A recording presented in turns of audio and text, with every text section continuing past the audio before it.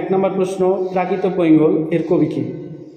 Option ক রামাই পণ্ডিত, option খ হলায়ুধ মিশ্র, option গ শ্রীহর্ষ, অপশন ঘ জয়দেব। উত্তর হবে অপশন গ শ্রীহর্ষ। এরপরে দেখিনি 2 নম্বর প্রশ্ন, নামহীন গোত্রহীন কার লেখা? এটি হুমায়ুন আজাদ, হুমায়ুন আহমেদ, শহীদুল জহির, হাসান আজিজুল হক। উত্তর হবে হাসান আজিজুল হক, ঘ নম্বর অপশন। এরপরে দেখিনি 3 নম্বর প্রশ্ন। 3 নম্বর প্রশ্নে থাকছে, বাংলা ভাষায় মুদ্রিত প্রথম গদ্যগ্রন্থ কোনটি? শেখ শুভদয়া, কৃপার শাস্ত্রের অর্থভেদ, মিশন সমাচার, মঙ্গল সমাচার। সঠিক উত্তর হবে গ নম্বর মিশন সমাচার। ঘেউ ঘেউ কোন প্রকার দ্বিরুক্ত শব্দের উদাহরণ?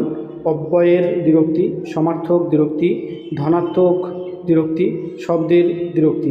এটি 3 নম্বর অপশন অর্থাৎ গ নম্বর অপশন, ধনাত্মক দ্বিরুক্তি সঠিক উত্তর।